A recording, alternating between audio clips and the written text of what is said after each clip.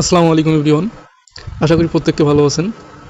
তো আজকে কথা বলবো যাদের ইন্টারনেট একদম স্লো কাজ করে এবং ওয়াইফাই স্লো কাজ করে, ডাটা এবং ওয়াইফাই যাদের স্লো কাজ করে, তো আসলে তারা চাইলে ভিপিএন নামায় নেট স্পিডটা বাড়াতে পারবে। ঠিক আছে, তো আমি এই প্রসেসটা আপনাদেরকে দেখাবো।